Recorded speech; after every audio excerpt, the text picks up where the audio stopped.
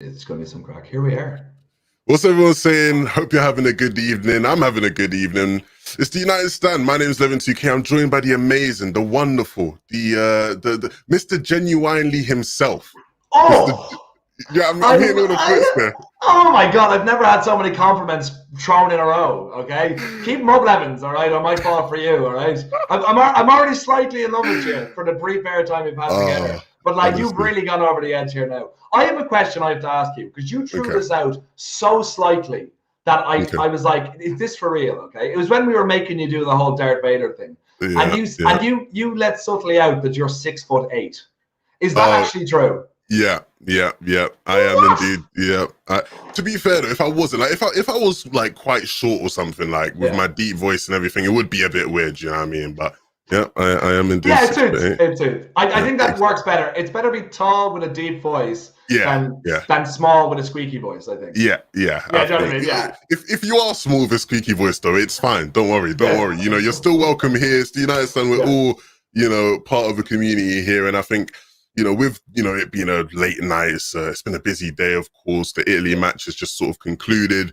You know, I know a lot of people thinking, I hope they're not here to talk about Sancho again. And unfortunately, like many of you, we are both, guys, we are both tired of this whole Sancho inches close or whatever it is. But we're here to report the news, and there is a new story regarding Sancho and the move to United. It's coming from Tom McDermott, at Mr. Tom McDermott on Twitter, and he says, Sancho has told several England teammates that he's heading to Old Trafford. As I reported 24 hours ago, the deal is practically done. Add-ons were the concern, but it appears they have been ironed out. Now, look, I love always knowing about, like, Joe, I don't know, have you been watching like the England videos that they've been doing with the training and stuff like that? Funny enough, no. I don't. To be honest, I don't like looking at England playing, so therefore I wouldn't be a big fan of seeing Ireland's B team training as well. I'm happy Sancho is telling all of his mates that he's coming to us, and that's great news. But I try to avoid seeing I don't know how you feel about seeing your exes, but for me, I like to avoid them as much as possible. So I'm happy enough not to look at England at all, except when they lose to Germany, which is coming up very soon. Okay, look, Joe, we could do a whole England versus Ireland thing or whatever it is you're trying to set up right now. But the point I do want to hit is I am someone who watches those videos. I'm sure a lot of you guys will watch those videos. If you don't, genuinely, even if you don't care about England, like, those videos are always good to watch. Any sort of behind the scenes content with football is always cool, right? And figuring out people's personalities and the small sort of content you get. The one thing is, though, whenever I watch them videos, I'm always watching, who's Sancho chilling with? Like, who's Sancho, you know, hanging out with? You know, who's he making jokes with? And, you know, whenever I see him with Rashford or see him near Maguire or whoever it is that's a United player, I do get a bit excited. Look, to me, let me start with, do I think this is possible? Do I think it's possible that Sancho would be telling, you know, some of his England teammates, yeah, you know, I'm off to United soon, you know, hopefully after the years I'm off to United. I think it's possible. I could see it. Maybe, you know, if you're close with someone, if you're good friends with them, yeah, maybe you tell them, yeah, you know, they're sort of getting the deal done. Hopefully I'll be at United, that kind of thing. I could see that, definitely. But do I think this is happening? Look, it's coming. It's been reported. Yeah, I mean, I don't know necessarily how credible Tom McDermott is. No disrespect to Tom McDermott. It's just like I am at the stage where I am just more pessimistic about everything relating to Sancho now, Joe. Yeah, that's the way the world has gotten me too. I can't get excited about anything ever because I'd say Sancho has told the players as of last year, no, this is happening. No, I am going. And they're probably sick of it.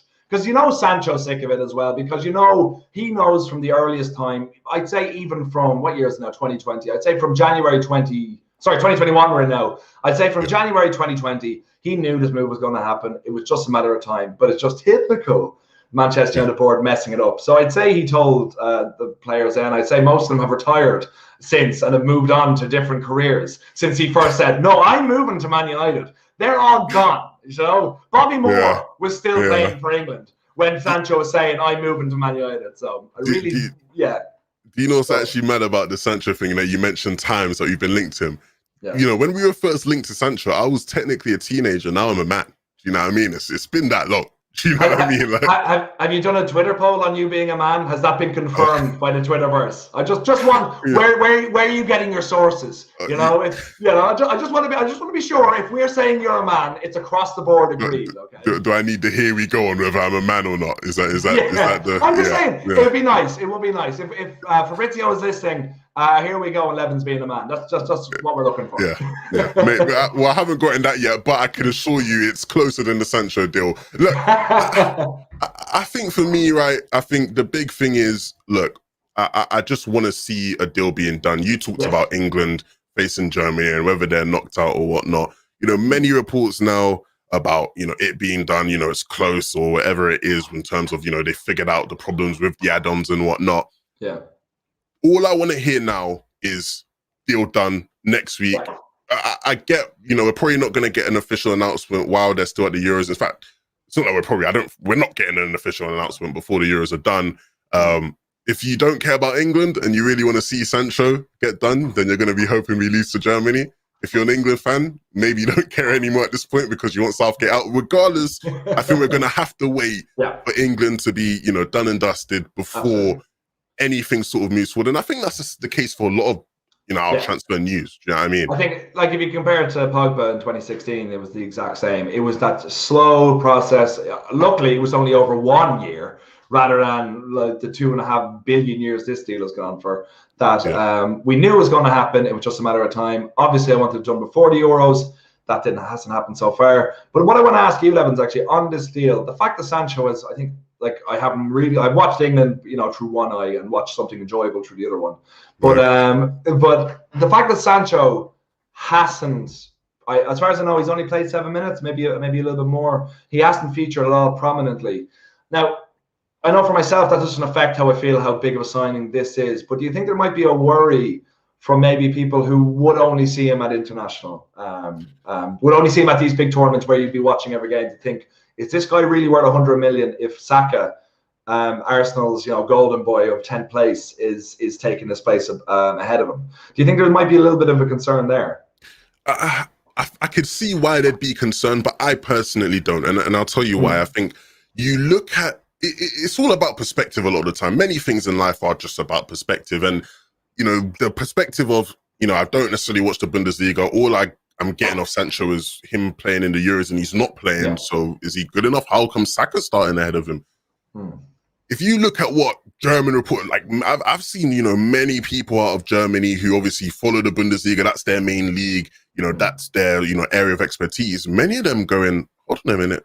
Why is Sancho and Bellingham not getting more game time? Do you know what I mean? These guys are brilliant players. Do you know what I mean? So it's like, for me, I don't see it as, this is, you know, horrible. You can't even get in ahead of Saka, sorry.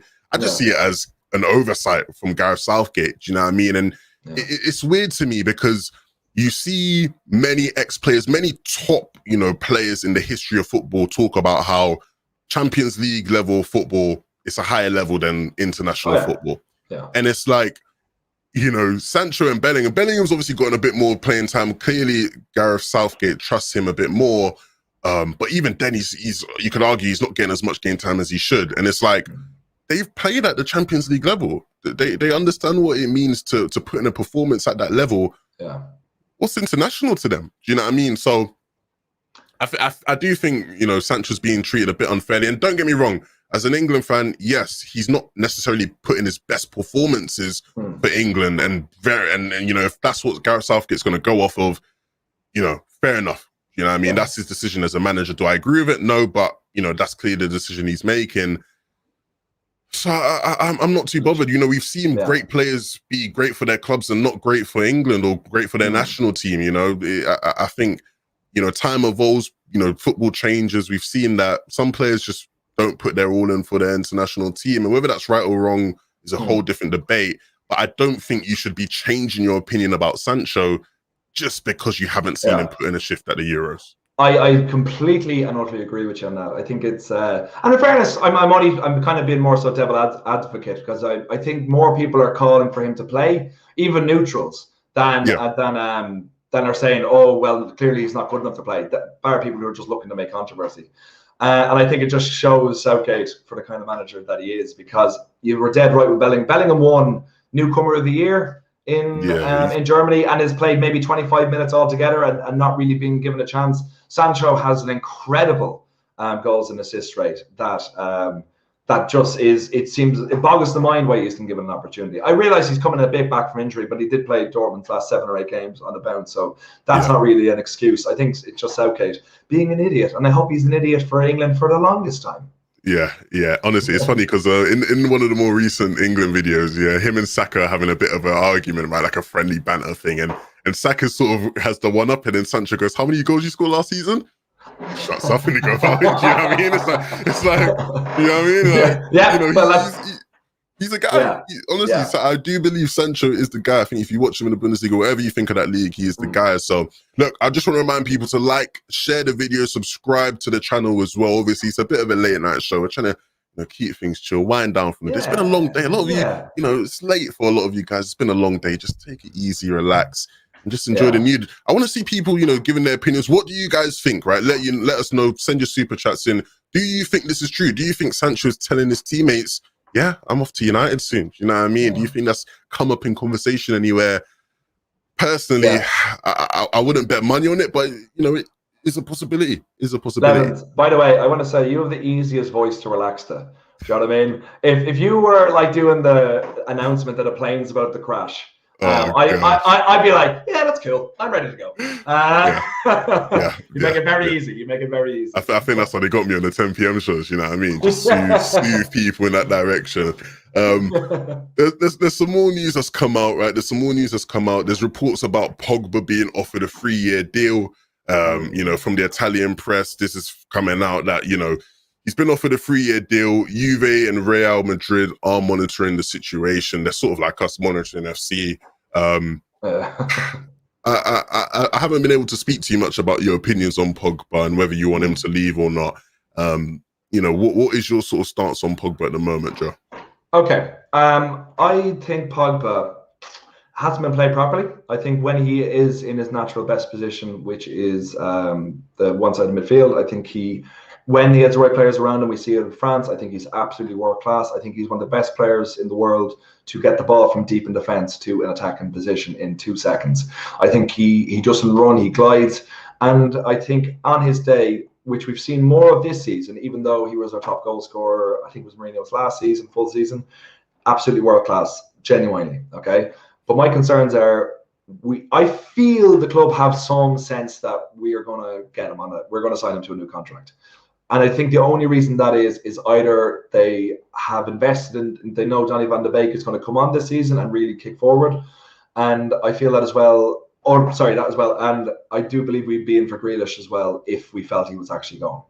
So it's one of those 2 reasons that I feel that I think they think we can hold on to him. I think there's a deal on the table, but I think he wants a Sancho. And if we get Varane, if we get one more signing as well, and if we look like we can compete, because at the end of the day, this isn't the era of Brian Robson where Robbo, the England captain, best player in could arguably say the whole world, signs a 7-year contract with a club that are really, by the time he get to the end of that contract, that's when we're fighting for titles. And that's what it was seen at the beginning as well. Yeah. Those days are gone. To sign for a club just because you love them is gone, because you want to play, you want to experience different levels. You want to be, like, he speaks Spanish. Like, I have no doubt in my mind he wants to play for Real Madrid one day. And like, for me, he's stayed with us a lot longer than I thought he was going to. We've had promises broken to him. I think on his day he can be world class, but he needs the right players around him. And we haven't given him those players. But if we get Sancho, which, look, it's 99.99999% we're going to sign him. Absolutely. Yeah. I think if we get Varane, that's a different story, because Sancho was nailed on for years. Varane is a different one. If we get him, we get one more good player, and Pogba's promised that he can play in his position, then I think we can get it for 3 years, and I really, really want them. But if you were to say Pogba, Jack Grealish, I would take Jack Grealish. Well, it's an interesting one, because I think you look at Jack, right, and Jack's strongest sort of positions are more up the pitch, advanced positions, especially out wide, right? You sort of identify him being wide left. Whereas, you assume Rashford's going to be, nursed back to full health. And even if Rashford's going to be out at the start of the season, like it's reported he will be, we bring in Sancho. Sancho can play off the left.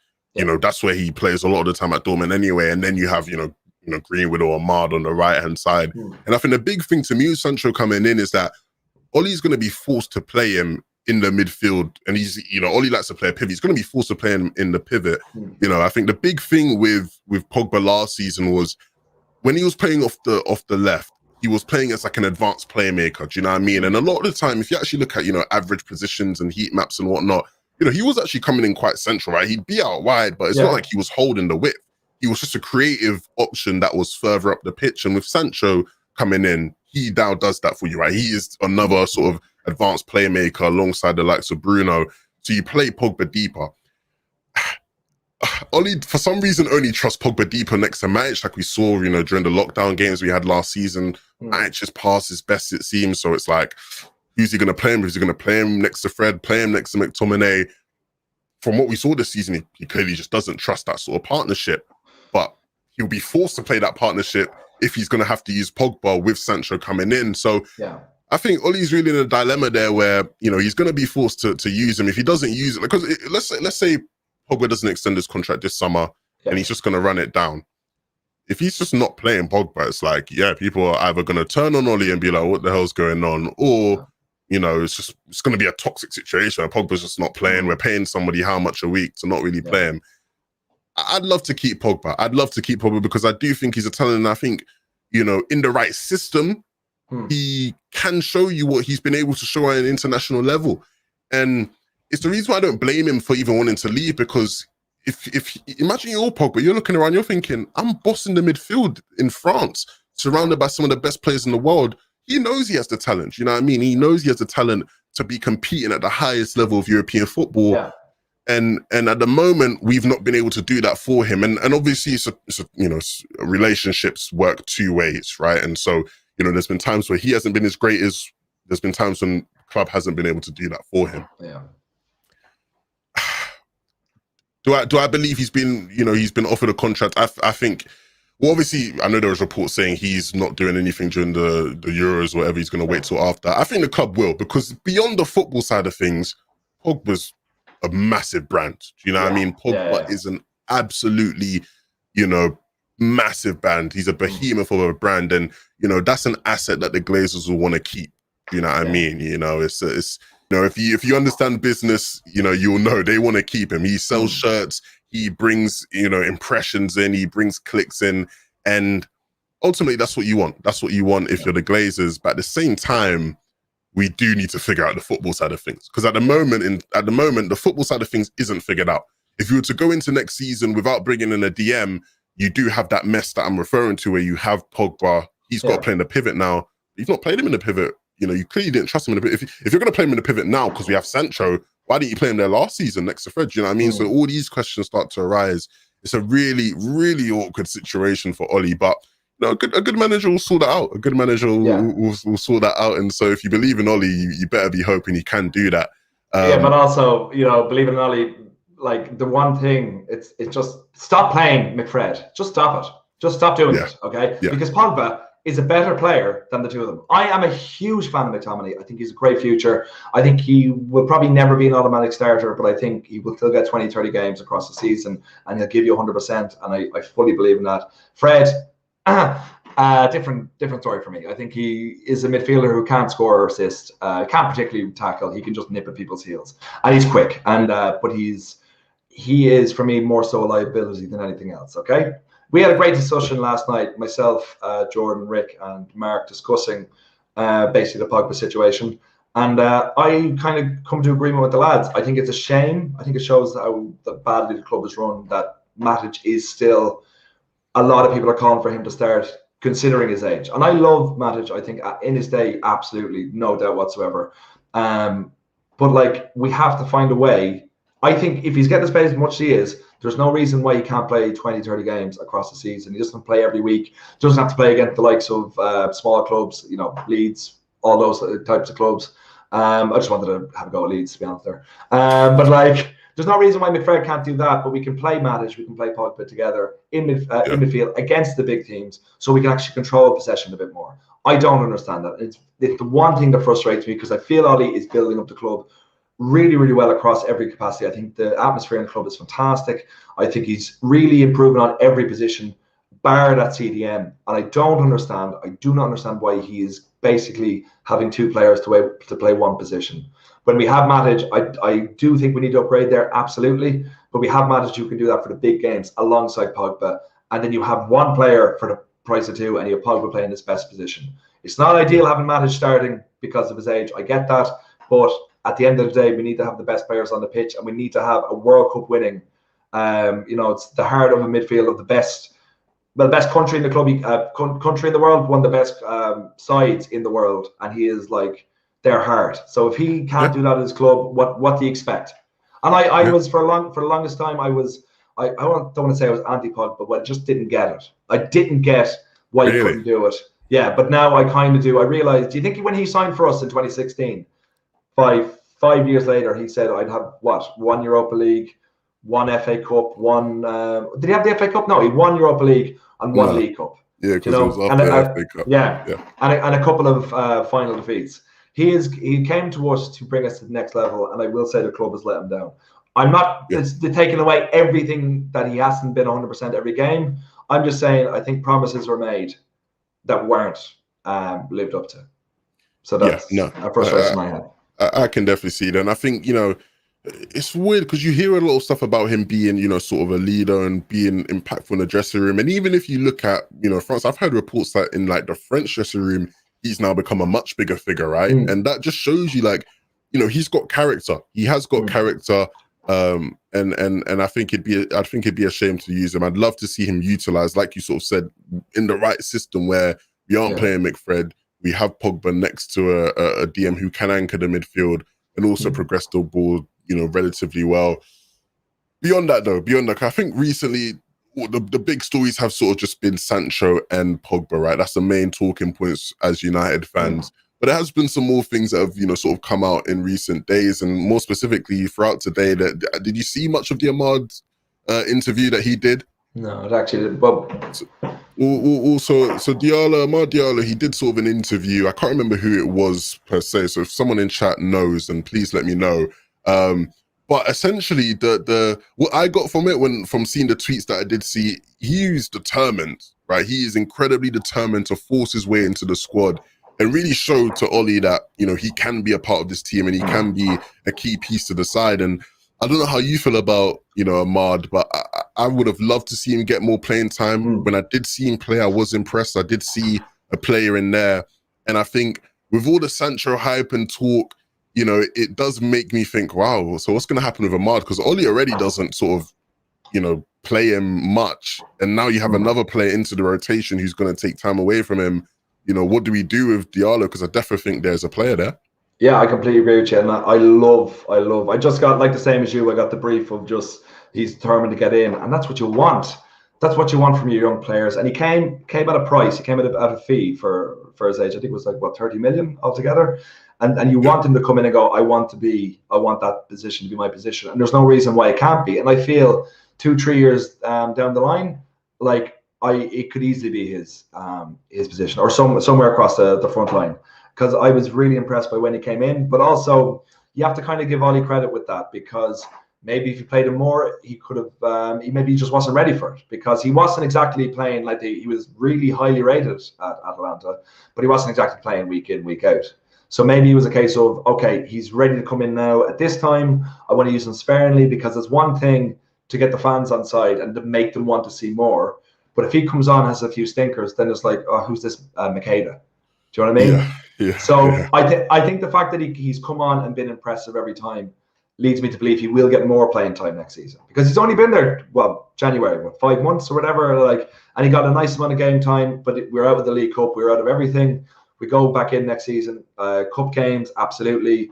Cameo appearances in the league, and that suits me fine. He's 19, 20 years old, and you look at Palestri, he was sent out on loan immediately. Shows where Ahmad is ranked that he's higher. So and the same with Donny. He's been seen as the fans are like, we need to see more Donny. We need to see more Donny. I've said this. I'm blue in the face saying this. He's not up for it, And I don't want to make this about Donny again, because I know we're talking about Ahmad, but he's not. I don't think he's ready for it, because the Eredivisie playing there, no matter what, he showed glimpses. He played well. Obviously he scored in the semi-final of the Champions League against Spurs. And he had wonderful performances, but those are snapshots across the entire season. The Eredivisie to the Premier League week in, week out is such a leap that I feel it's maybe he should have got more game time, but I also feel it's a bit of Ollie putting his arm around his shoulder, being like, I'm going to get you up to the level we need to. I do rank you highly. I do want you to be at this club, and there is a future for you, but you need to show it on the training field. And I think with Ahmad, it's slightly different because he kind of got game time straight off the bat, and I think it'll continue into next season. And I think him saying stuff like that, him kind of, I saw videos of him playing in his hometown. I'm a huge fan of stuff like that, and I think there was a huge future for him. But we're looking at maybe 2-3 years down the line. I hope he doesn't get a loan. I hope he stays at the club, and I hope he does get 20 or so appearances, because I do think he can be a huge impact. But like, Sancho is a level above him at the same age. But there's no reason why Ahmad can't catch him in a year or two time. And that's what we want. We want the best players in the world to be fighting for positions at our club. And I think that will happen with Ahmad. It's just a little bit further down the line.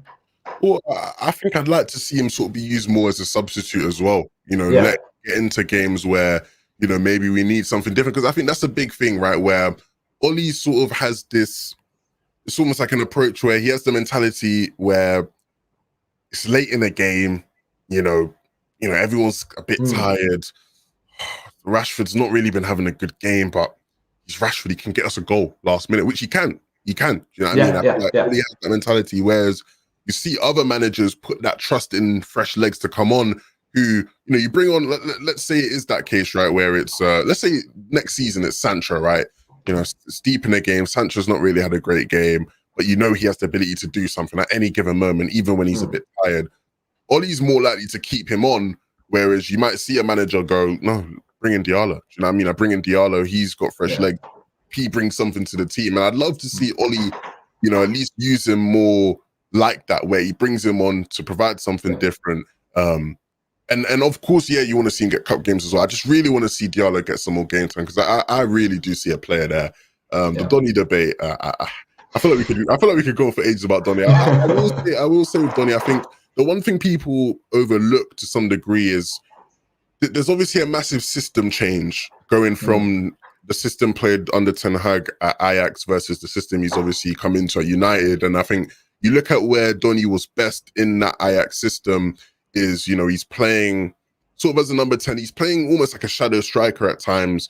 If you actually look at how they used to play there at Ajax, obviously he did play, you know, with the total football philosophies. Yeah, he's playing as a number. He's playing as a number 6. He's playing all over the place. Yes, but you know, at his best, he was sort of playing more advanced. And I think he's come into the team here where Bruno's going to play week in, week out. So if you want to fit Donny into the team, he's got to play in the pivot, and he's got to play in the pivot in a more intense league, in a system that's obviously a system he's not used to. So I could always see Donny not getting as much play time as we expected. I just feel like it was so little that I was like, that's disappointing. So I agree with you there. I'd like to see Donny hopefully get some more game time. And, you know, from what his agent was saying, it does seem like he's been promised that. Yeah. Which one do you think is more likely, Ahmad or Donny getting, let's say, 25 games in all competitions next season?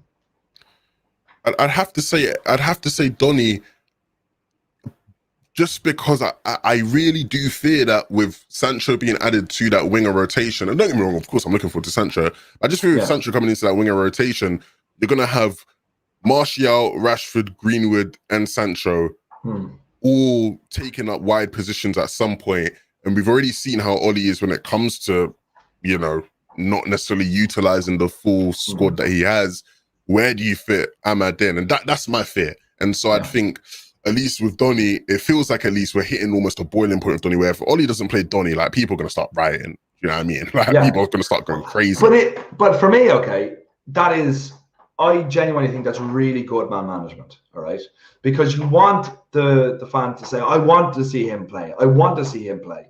And Ollie knows that we want that, but he's like, he's not ready. And I am a genuinely try to be an optimistic person, and I have faith in these, in Ollie as a manager, but especially his man management. And considering the league he's coming from, I do believe that it is frustrating. I would have loved to have seen him more. And I firmly believe the promises were made that he will get 7-8 games in a row across all competitions next season, and he will be given a chance. And that could spell the end of McFred. And I do think, I really, really feel it. Yeah, we can only pray. We can only hope and pray You know, sacrifice our young. Let's hope this can happen. No. Honestly, I do feel you on that. I do feel you. I think I'd love to see less McFred, more Donny, more Ahmad. But it's going to be up to Ollie. It's going to be up to Ollie and what he does. Right before we actually went live, there was a report that came out that I saw on MUFC MPB, and it's coming from the Daily Star. And I think a lot of people aren't, too high on the Daily Star, so we will, take it with a pinch of salt. But it's coming out from. It's funny because the reporter's name is Harry Pratt. So, okay. It kind of fits a lot perfectly. Is this Ronaldo coming, or who is this? Because I don't actually know. Yeah. The reporter's name is Harry Pratt. Take that, how you will. And he says that Jesse Lingard is set to be offered a new 3-year deal by Manchester United. The new contract. Wait for this one, Joe. The new contract would see him earn £130,000 a week. What'd you make of that? I can't deal with this. Please, just this has to be a lie, okay? For once, okay? We're not a club that ever, it's a way we want to look at things that we should never have to sell a player for a huge amount of money because we want to hold on to them till they're basically worth nothing, okay? But Lingard is not going to, it doesn't have a future of the club. He just doesn't, all right? The position he's best in, Bruno is better than him, okay? And then you have the likes, we'll say Bruno got injured, you have even, like you said, Donny coming in. You've lots of players ahead of Lingard who you'd have in, right? So you have Lingard going into his final year of his contract after raising his value, which he's not going to continue that form at United. He's just not, okay? A new club brings new everything, all right? We have an opportunity to actually make money on a player who is past the sell-by date, and we're going to offer him a new contract. Have we not learned anything from, Nani, Marcus Rojo, Phil Jones? Throw them into the comments. They're all there, guys. I don't care if they're saying, okay, we're only going to get 25 million because it's in his last year of his contract. We sign his contract, he plays a couple of games, we'll get an extra 5-10 million. It's not going to happen. He's not going to get the game time. His value is going to plummet again. And we're going to hold on to him. Maybe he'll get a loan again at Leicester or a loan again at whoever, another club. But we're going to lose him on a free transfer, or we're going to lose him for 10 million in 3 years' time. If we sign him to a new contract, this sums up everything about the club. So let's hope Pratt is being a Pratt, and that Lingard, and I love Jesse Lingard. Yeah. Genuinely, he's I was so happy with him doing as well as he did at West Ham. I hope he leaves and has a wonderful career wherever he goes. Never does anything to impede on us, but I hope he goes off and has a wonderful career and is worth twice the money that we sold him for. But we need to sell him now. We need to get that money, and we need to fund put that money into fund like a position we actually need to improve in, because there is no. As much as I love him, and as much as I think and thank him for he scored in the FA Cup final, the League Cup final, Community Shield final, scored against Liverpool, scored against Arsenal. Absolutely love everything he's done at the club, genuinely, and he's been through hell and back. I completely understand that, but let's just be honest, there just isn't a future for him at United, and it's best for everyone if we sell him. So please, Pratt, please be lying.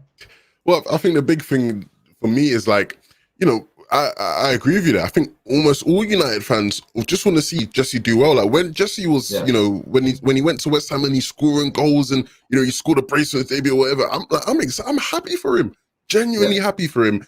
But it's like, why are we going to offer him a new contract if Ollie just wasn't playing him? Do you know what I mean? Yeah. And it's like he wasn't ready. Like he went to West Ham and he looked like ready to play football. Yeah. It's just like Ollie wasn't playing him, and I do agree with you. I don't think he fits into our system. I think you look at us bringing in Sancho, you look at Bruno being, the stone cold killer he is. Yeah. He's not getting kicked out of the squad. Like, when is he going to play? Why are we offering him that much money? It literally is the same mistake. It's like, extending Matic's contract. It's like extending Matter's contract. It's like extending all these players' contracts who just won't play and take up large amount of wages. I want to see Jesse go out and thrive. I want to see him get some football. Please, I hope Pratt is being a Pratt, like you said. We got a super chat from Ayanda who says, why does Man United buy these young players who need development when they have a manager who has no clue how to develop these players? I think that's unfair. I think that's very unfair. I think I think the only example you can use of that recently is Donny van de Beek. And I think that in the long term, I think Ollie would be proved to be right, whether he's manager at the time or not. I genuinely think he was just given time to settle, and he wasn't showing that he was ready to fit into the system and training. But aside from that, I think we've, like, most players have really improved under him and allowed play their natural game. Especially, I think the highlight for a lot of it was his, like, first 10 games when he was unbeaten. When we weren't playing conservatively at all, but then we're playing a bit more conservatively now. But I think genuinely players have really improved. Like, we'll say Wan-Bissaka, like, defensively, genuinely as a defensive right back goes, there's very few players better than him in world football. And I think going forward, he has improved. People want to improve leaps and bounds, but he's 22. It'll come. It will come. Statistically, he has improved every season. Every season. And it's going to happen. It's going to continue to happen. Luke Shaw, look what he's done with I know, like you're saying, young players, but like Luke Shaw has improved. Rashford improved. Like bringing in Bruno, obviously, you can, whatever you want to say about improvement there, but he brought him in. McTominay was our fourth or fifth highest goal scorer this season. Like, I would disagree with that across the board, but I think it's more so you players are being brought in. But I think you need to look like in the long run rather than just in the first year or the first 6 months or whatever since we buy them. I think you need to come back to the argument after 2 full seasons and then maybe 2.5 full seasons. Because don't forget, you're buying someone at 18. Most players wouldn't even really get to close to what their potential is till about 23, 24. And then after that, they would have their peak then close to 28. So I think he's more protecting them. But I think that would be slightly unfair on Ollie. I don't know. What are your thoughts, Levins? I don't know. I think you can look at, places where he has utilized some players and he has sort of brought players in. But at the same time, it almost backtracked. Like Brandon Williams would have been a great example. But Brandon Williams, just wasn't existent for us this season, right? He only featured a couple of times, right? Whereas the season before, utilized much more. And I think there are cases of that. I don't know. I don't know. We already know that Ollie doesn't do stuff on the training pitch, right? So in terms of actually, technically coaching players or tactically coaching players, I don't see how he could be the one progressing them much anyway.